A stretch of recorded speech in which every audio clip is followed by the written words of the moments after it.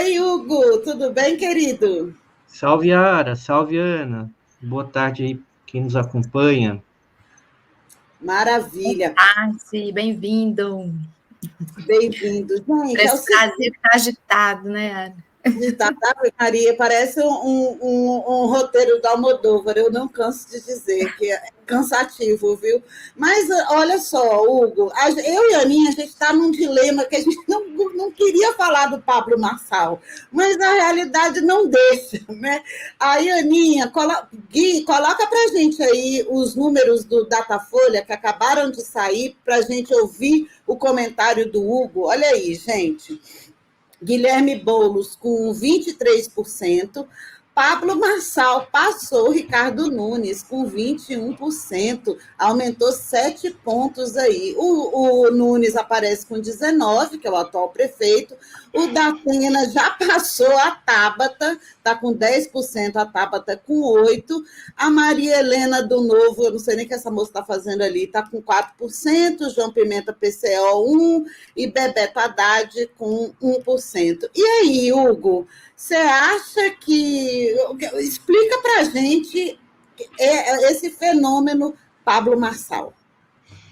Olha, gente, no primeiro debate, eu nem queria ver no dia, eu estava com uma baita dor de cabeça, eu fui ver o primeiro debate. Qual a impressão que eu tive? Não vou entrar no mérito de quem é o Pablo Marçal, enfim, a gente sabe quem é o Pablo Marçal, com todos os seus problemas, a maneira como ele cresceu na vida e como isso sempre foi tolerado pelas autoridades, né? Quase ganhou para deputado federal aqui em São Paulo, é que tomaram medidas diante da ilegalidade da campanha dele. Quase tirou, imagina, a cadeira do Paulo Teixeira. E ele reapareceu agora. Então, esse cara primeiro foi tolerado pelo sistema, pela mídia, por tudo aí, fez fortuna, cresceu. Quando é permitido uma pessoa como essa entrar na política, ele está em vantagem contra os demais candidatos. Porque ele pode fazer o que ele quer, fez o que ele quer, nunca foi admoestado, criticado, diferentemente do Boulos, diferentemente aí de todo mundo que está na política, até bem ou mal o Nunes. Dito isso, eu vou dizer uma coisa polêmica aqui. O Marçal, ele acertou na estratégia de comunicação.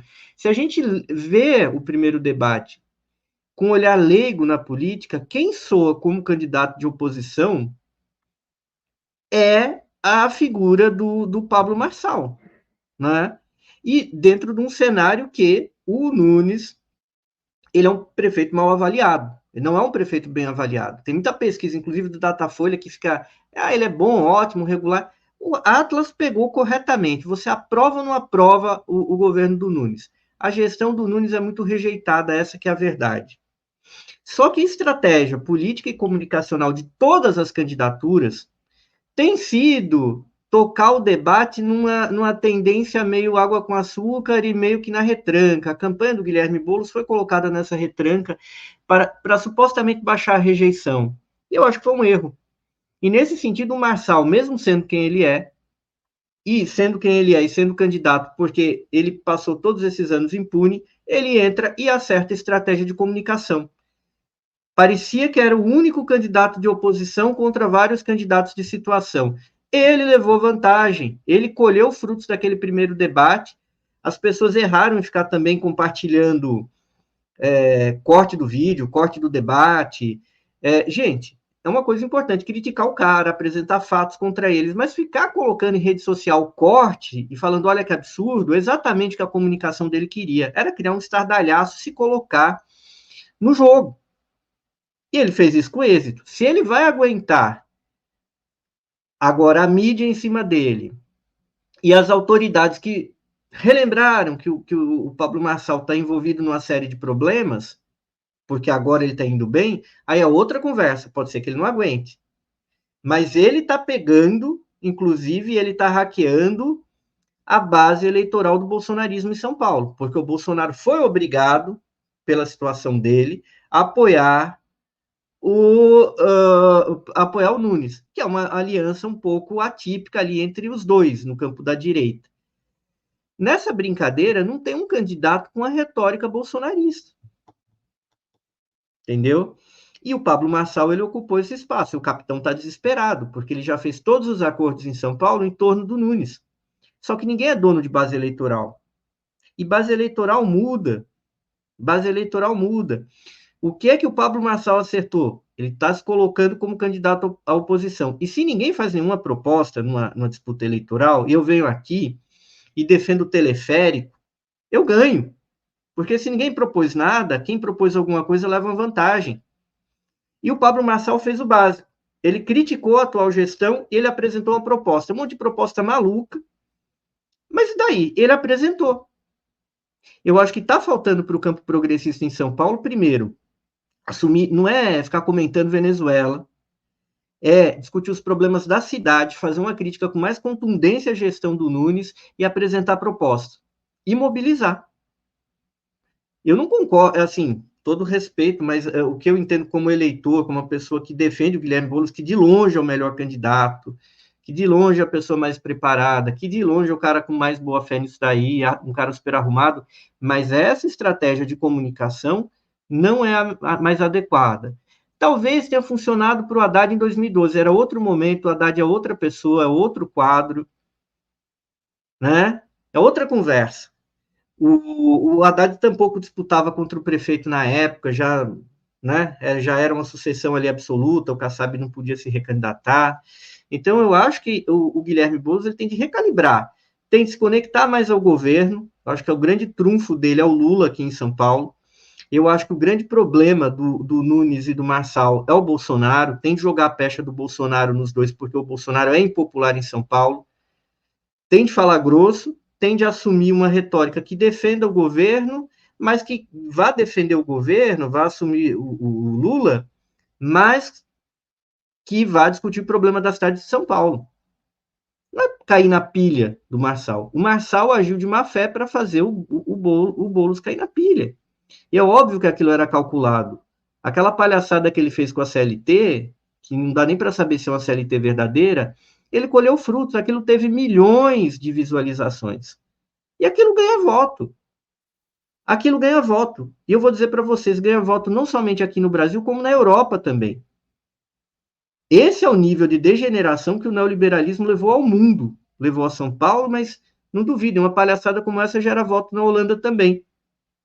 Basta ver a votação que a extrema-direita teve lá. Então, tudo isso, para mim, é uma crise gravíssima da democracia dentro do neoliberalismo, e isso coloca vários desafios para a esquerda, que não dá para a gente se comportar como se as coisas estivessem normais, ou se a gente tentar disputar, nem que seja com a comunicação e com a retórica, por dentro do sistema é muito difícil. Vai ser muito mais difícil daqui para frente a gente ganhar.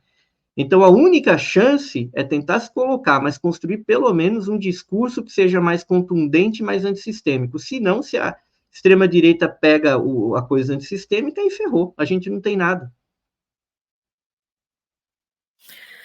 É verdade. Agora, deixa eu te fazer uma pergunta ainda nesse tema, antes da gente ir para temas internacionais. Para o Boulos, também não interessa essa briga aí entre o Nunes e o Marçal? Olha, é bom para dividir, mas se deixar o Marçal correr solto, o Marçal acaba incidindo sobre uma juventude da periferia. Entendeu? Sim, isso está na pesquisa da Folha também.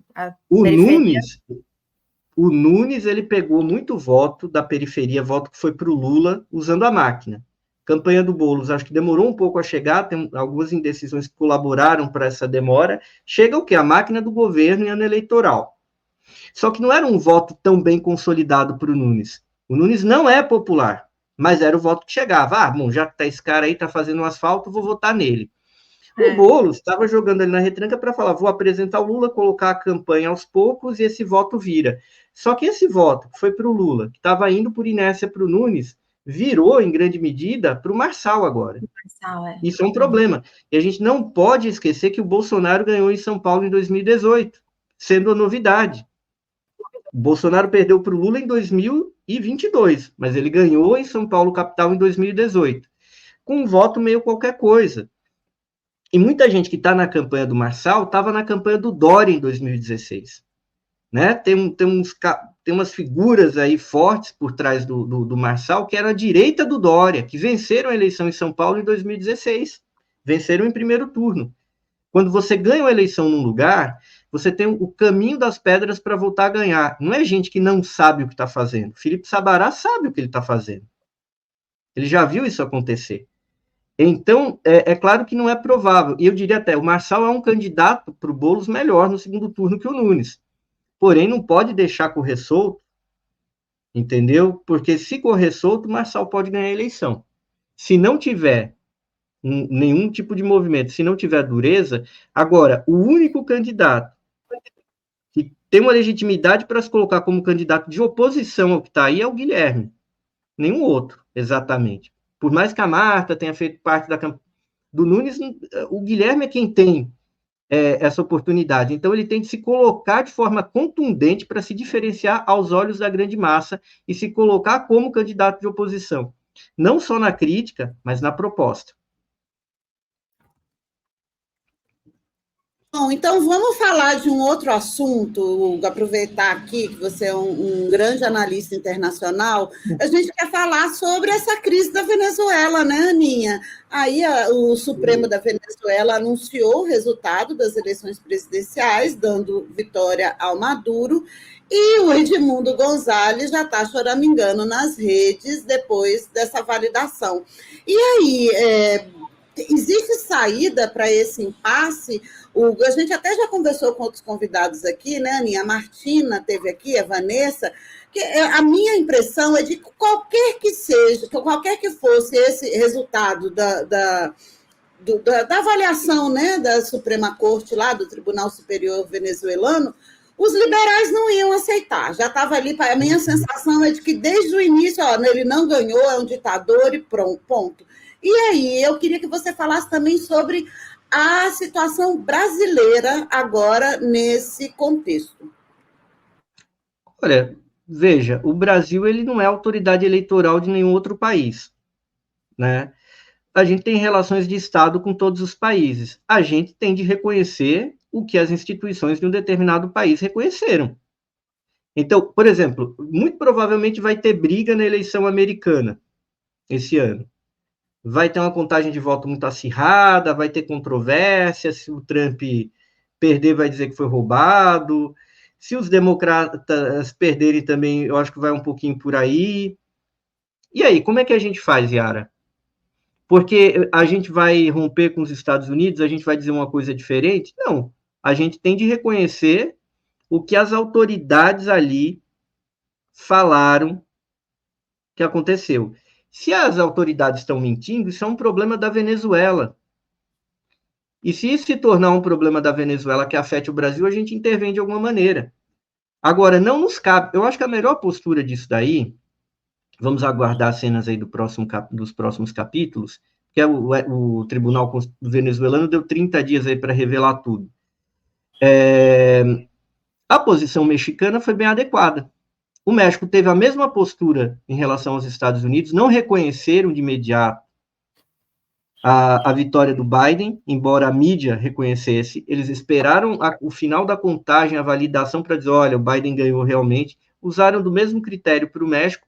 E aí, quando surgiu essa história do grupo de amigos ali para aferir o resultado na Venezuela, chegou um ponto que o México falou, não vou. Porque isso é uma questão interna da Venezuela. Se isso for judicializado, é uma questão interna. Se houver alguma outra coisa, houver um recurso da oposição, isso tem de ir para o organismo multilateral, no limite da soberania da Venezuela também. Porque o Brasil vai verificar toda a eleição do mundo, eu estou te falando, vai ter acirramento nos Estados Unidos. A gente vai reconhecer o quê, então? Não vai reconhecer ninguém? A gente vai fazer o mesmo com as eleições de vários lugares do mundo, né? Onde a gente tem discussões até mais acirradas aí sobre quem deveria participar, quem não participou, se o cara ganhou mesmo. Mas porque o Tribunal da Venezuela é pró-Maduro. Gente, mas aí tem quantos países no mundo? A gente vai por que a gente está entrando nas coisas da Venezuela? A gente está entrando numa confusão. Ter uma postura assim, porque, veja, o reconhecimento é um gesto simpático da diplomacia. Os países são soberanos. Quem define quem venceu a eleição no Brasil é a autoridade eleitoral brasileira, que fala fulano ganhou, Beltrano perdeu. Nenhuma autoridade... Desculpa te interromper, mas o que aconteceu na semana passada? Foi semana passada, né? Celso Amorim chegou a falar em novas eleições, Lula falar que o povo se perdeu, aí depois calaram. Ficou todo mundo sem entender aquilo, né? Eu acho que o Celso Amorim tinha um plano, as coisas não aconteceram como ele gostaria e realmente o Brasil ele ficou numa dificuldade mesmo de criar uma narrativa para aquilo. Porque, esse grande acordo que o Brasil faria com a oposição e teria uma legitimidade. Gente, a gente não está em 2010, eu repito isso o tempo inteiro aqui. E eu acho que a postura mexicana foi correta. Chegou um ponto, bom, o pessoal quer brigar? Não tem como. Mas o Chile reclama porque tem os refugiados venezuelanos. Se o Chile não controla a fronteira dele, quer dizer, o Chile nem faz fronteira com a Venezuela, se o Chile não controla os aeroportos e os portos dele, é um problema do Chile, não é da Venezuela. O Brasil ainda tem uma fronteira, né? Agora, mas se tiver um problema na Venezuela e vir imigrantes aqui... Gente, aí é um problema nosso que a gente não controla a nossa fronteira, não é um problema da Venezuela. Agora, ficar com essa discussão, eu acho que não cabe ao Brasil. A gente vai fazer com todos os países do mundo? Não. Então, isso não é sobre democracia. Isso é sobre Venezuela. Por que a gente está fazendo isso?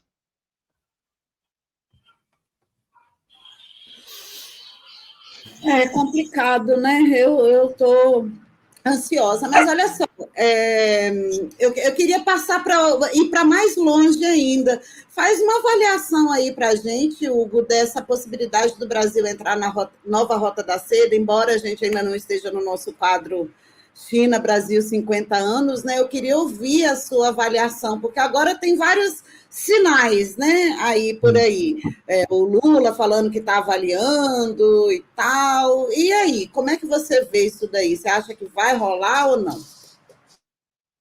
Olha, eu acredito que tende, e o Brasil tende de usar a oportunidade aí do cinquentenário para aprovar isso, porque, veja, entrar num cinturão, uma rota, é um processo, assinar um memorando de entendimento, discutir a política de investimentos, isso leva tempo. Se você não entrar agora, não entra nunca. E entrar agora leva um tempo para você implementar as coisas, né? O governo tem 2 anos ainda, terá 2 anos, mas são 2 anos. 2 anos, o que é que pode acontecer? Eu acho que, na realidade, a importância de entrar na nova Rota da Seda, que é uma boa ideia, é bom para a China, é bom para o Brasil, é basicamente racionalizar melhor alguns investimentos que a China já está fazendo aqui, tipo BYD, propor mais algumas coisas, mirando aí uma reindustrialização, e dar início a isso, né? Porque se não entrar agora, vai deixar para assinar um memorando quando? Aí vai gerar um fruto quando? Como? Entende? A gente já deveria ter entrado. Por que a gente não vai ganhar dinheiro com isso? A China tem a necessidade de exportar capitais e reciclar capitais. E o Brasil precisa disso, né? O Brasil poderia aproveitar muito bem isso. Se o Brasil fosse construir aí estatais industriais para fazer joint ventures com a China. Não vai fazer isso, mas pelo menos colocar umas fábricas aqui já ajuda, né? Já que a gente segue esse modelo juscelinista e tal. Tá bom. Então põe fábrica aí. Já ajuda pra caramba o Brasil. E entrar na nova Rota da Seda é interessante por isso, pensar em projeto de infraestrutura, questão ferroviária, que quem tem o maior e o melhor know-how do mundo é a China, basta ver o quanto eles construíram lá, a gente precisa de ferrovia no país, né? Mas a gente precisa fazer isso logo, porque esse tipo de coisa não é da noite para o dia. Não é da noite para o dia. A gente precisa resolver isso logo para essa coisa andar. E a gente, né, colher frutos disso daí.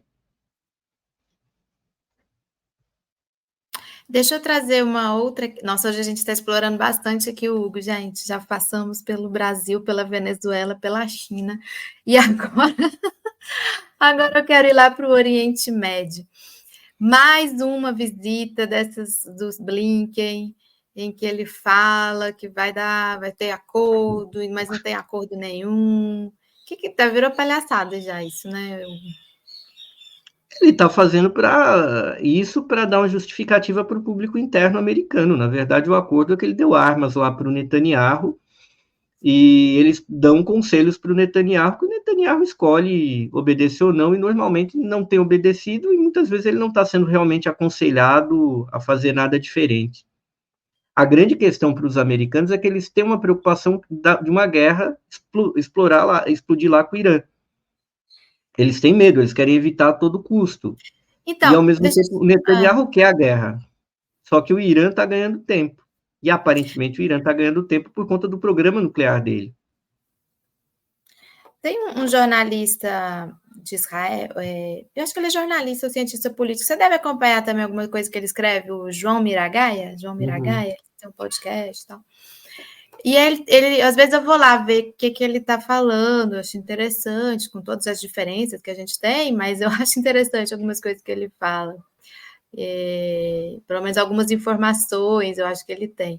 E ele estava falando dessa tese aí de que talvez neste momento o Netanyahu pode ser que esteja propenso a fazer um gesto de negociação para talvez evitar um maior... Mas eu achei um pouco...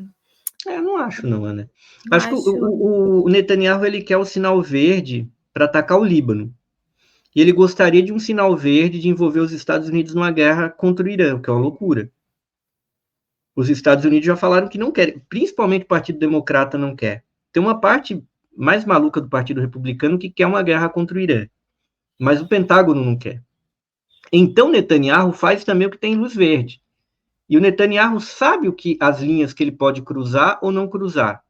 Manter a ofensiva a Gaza é uma coisa que não pode dançar agarrado, mas se quiser pode.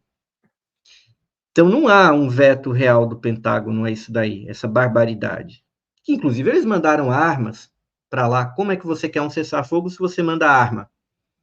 Agora, tem limites para a conversa, né? Não tem... ele sabe que ele pode até estar maltratando o pessoal na Cisjordânia, mas não tem como debelar a população palestina na Cisjordânia para a Jordânia. Ele não tem um sinal verde para atacar o Líbano. Ele não tem um sinal verde para atacar o Irã, embora ele provoque, para esperar que o Irã ataque Israel. Ele tem uma preocupação em atacar o Irã. A preocupação dele é que o Irã desenvolva armas nucleares. Muitos analistas internacionais têm apontado que o Irã tem caminhado para ir com o enriquecimento do urânio. Se o Irã tiver armas nucleares... Isso já tem anos e anos também, né? Mas isso avançou, viu? E se o Irã fizer uma demonstração de força com os mísseis que eles têm, e se eles tiverem armas nucleares, aí o balanço de forças no Oriente Médio muda por completo.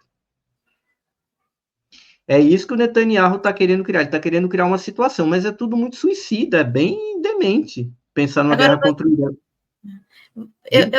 Eu percebo que sobre o Irã fala-se muita coisa nas redes também, sem que você realmente saiba se é algo que realmente está sendo falado no Irã. Estava rodando também, durante esses dias do Blinken lá no Oriente Médio, que o Irã teria feito alguma sinalização de que tiraria sua ameaça caso houvesse esse acordo, se esse acordo fosse firmado. Você acredita nessa hipótese? Eu acredito. Acho que o Irã quer ganhar tempo. Quem ganha com tempo é o Irã. Quem perde é Israel. Por isso que Israel provocou. Se uma pessoa vem te provocar, é porque ela precisa te provocar. Não é, né? A pessoa que se moveu para te provocar. Então, o que ela ganha? Se você não reagir de imediato, é você que está ganhando, na dúvida, né? Não é um ataque. É diferente de Israel lançar um ataque total contra o Irã, que o Irã seria obrigado, inclusive, a responder. Mas o que eu acho é, Israel provocou porque ele tem interesse em provocar. A guerra regional não está tão distante assim de acontecer. O problema é que não interessa a elite mundial, porque ela teria de se preparar antes para a alta do petróleo, né? Agora, e se o Netanyahu cruzar a linha? Eu acho que os Estados Unidos também não sabem bem o que fazer, porque eles contam que o Netanyahu não vá cruzar essas linhas pressupostas, que ninguém fala, mas todo mundo sabe quais são, não atacar o Líbano, não atacar o Irã primeiro. O que vai acontecer com o Netanyahu se ele cruzar essa linha? Acho que o Netanyahu ele não olha, ele não consegue compreender bem o que pode acontecer. Seria alguma conspiração interna em Israel que derrubaria ele? O que aconteceria realmente? Eu acho que, no fundo, é uma engrenagem girando no vazio. Eu acho que se o Netanyahu atacar, vai acontecer uma guerra. Não tem exatamente uma coisa que se possa fazer contra ele, porque o Netanyahu amarrou a política de Israel em torno de si, mas ele depende de um estado de beligerância. E aí, o que os Estados Unidos vão fazer à medida que, se a coisa avançar para um morticínio maior também na Cisjordânia? E se o Netanyahu atacar o Líbano? E se remotamente atacar a Jordânia e o Egito? Que diabos que vai acontecer? Eu acho que, na realidade, não tem uma conspiração maior. Tem muita coisa... É mais ou menos como o gesto de renúncia do Biden. Ele não renunciou, mas foi renunciado, e a chapa não renunciou, né? Então, quem disse que ele não ia renunciar, acertou. Quem disse que ele ia renunciar, acertou também. Porque a coisa ficou ali num entre e decidido de uma maneira obscura, nebulosa, onde a turma do dinheiro, os doadores de campanha, é quem definiram a parada. Foi isso que aconteceu na eleição americana. E é mais ou menos desse jeito que as coisas são tocadas ali no Oriente Médio também, Ana. O pessoal fala mal da China. Na China você sabe quem são as eminências pardas, quem manda, quem não manda, quem está ali, quem está acolá. Na política do Ocidente a gente não sabe exatamente quem é, porque tem os cargos ali, mas tem as figuras de bastidores, que inclusive têm força e ganham força quanto mais elas conseguem se manter nas sombras, né? Automaticamente, quando essas figuras saem à luz do sol, elas perdem poder, tipo o Peter Thiel, ou Thiel, na pronúncia em inglês, lá nos Estados Unidos com Trump agora. É óbvio, quando ele botou o garoto dele para ser vice, que ele perdeu o poder. Mas até então era um cara ultra poderoso sobre o qual não se falava. E nesse jogo lá tem muito disso. Eu queria continuar, para a gente finalizar aqui sua participação, Hugo. Qual o impacto da questão palestina nas eleições dos Estados Unidos? Como é que Enorme entre a base de esquerda do Partido Democrata, entre a base jovem, é grande, é bem grande, né? Eu acho que tem um limite para isso. Desgastou o Biden, desgastou, sim, gerou um bode. Se o candidato dos republicanos fosse um cara mais normal, muito provavelmente a diferença seria maior. É que é todo mundo impopular nessa jogada. O Biden é um cara que no governo se tornou mais impopular do que popular. A Kamala Harris, idem. É uma pessoa, Kamala na nossa pronúncia, é uma figura mais impopular do que popular. E o Trump também. Então é um sistema que reduz tudo a 2 partidos e eles conseguem lançar candidatos que são mais impopulares do que populares, porque eles conseguem dificultar as candidaturas de qualquer pessoa, qualquer partido que tente furar essa bolha aí. Eles não conseguem. Então, vira um jogo de contente entre 2 partidos onde a grana define. A diferença é que o Trump é um cara que faz muito voto com pouca grana. Então, tudo depende também de quanto a Câmara conseguir arrecadar e como ela vai gastar isso daí nos estados-chave. Uma campanha que é extremamente cara. Extremamente cara. Agora, num cenário onde os democratas tivessem a mesma grana, eles não iam conseguir ganhar do Trump. Não iam conseguir pela razão de voto, grana. A vantagem é que a máquina democrata faz dinheiro. Mas eles vão ter de arranjar um jeito de enganar e de se colocar como mal menor para a base jovem que estava nas ruas, que estava protestando. Mas é claro que se passar a eleição também e a coisa continuar assim, rapidamente ela vai ser uma presidenta impopular. Até quando o sistema vai continuar, sabe quando o motor do carro está girando sem óleo, o carro velho? Vai chegar uma hora que vai dar um problema no motor, porque você segura um tempo, você não segura a vida inteira. O voto, você não segura a vida inteira dessa maneira. Não dá para segurar. Então, eu acho que isso pode não definir exatamente as eleições agora, até porque o Trump ajuda os democratas nesse sentido, porque ele dobra a aposta e ataca os palestinos diretamente. Mas num eventual governo dela, Ela vai se tornar rapidamente impopular se a banda continuar tocando. E eu não acredito que vai mudar, não. A política dela, uma vez presidenta, vai ser a mesma do Biden, porque não é a política do Biden nem dela. É a política daquela burocracia do Partido Democrata. A postura dos republicanos deve ser outra, que também é um pouco imprevisível. Mas claramente pró-Israel. E mais anti-Irã também. Eu estou lembrando aqui, eu até tinha conversado com o Hugo, dele falar da Convenção Democrata. A gente falou de tudo, menos disso, né? Você quer dar uma última palavrinha aí, Hugo, sobre a convenção? Uma última palavra sobre a convenção, um show, né? Que parece saído ali de filme americano. Acho que os políticos americanos têm se tornado também essas figuras. A Kamala é uma pessoa que tem um media training de personagem de sitcom, né? Ela podia estar em Modern Family, ela podia ser uma personagem de Sex and the City. Então, eles são treinados para isso. O Tim Waltz é isso, um cara ultra carismático também, faz aquele tipo do senhor branco, alemão, protestante, do interior. São personagens. O nosso media training aqui no Brasil ainda é muito mambembe. O pessoal fala, cria aí um personagem. Aí o Pablo Marçal faz aquelas loucuras, aí fulano faz aquela outra loucura. Mas lá eles têm um media, não é um media training, é quase uma preparação assim, de personagem no sentido dramático e cênico. Aí você junta com essa formação que essas lideranças mais jovens, sobretudo, né? Os mais jovens, pior ainda, e já a partir da geração da Câmara é por aí também. Junta com o show que eles fazem, é uma bobagem. Aí junta com o Barack Obama, que vem, que fala, que conta uma coisa. Então aquilo é completamente esvaziado de qualquer política, né? E depois totalitarismo ao outro, totalitário ao outro. Aquilo é um show. Aquilo não tem conteúdo político nenhum, aquilo não está falando nada. Aquilo é cortina de fumaça. É um baita espetáculo de ilusionismo. Olha, eu só vou dar um pitaco aqui. Eu acho que ela tá mais para Olivia Benson, viu? Porque até, gente, aquele vídeo de Special Victims Unit, eu fiquei esperando a Olivia Benson entrar assim, tantã. É muito esquisito, daquele bem Dick Wolf, né? Que ela se coloca como a promotora e o Trump é o bandido, né?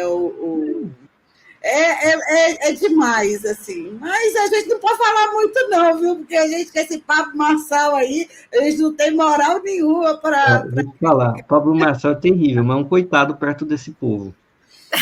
Com certeza. É verdade. Olha, obrigada demais. Obrigada. Fãs aqui, viu, Hugo? Eu e a Aninha. A gente... não, eu sou fã de vocês aí. Pela ordem. Tá beijo, querido. Beijo grande. Tchau, tchau.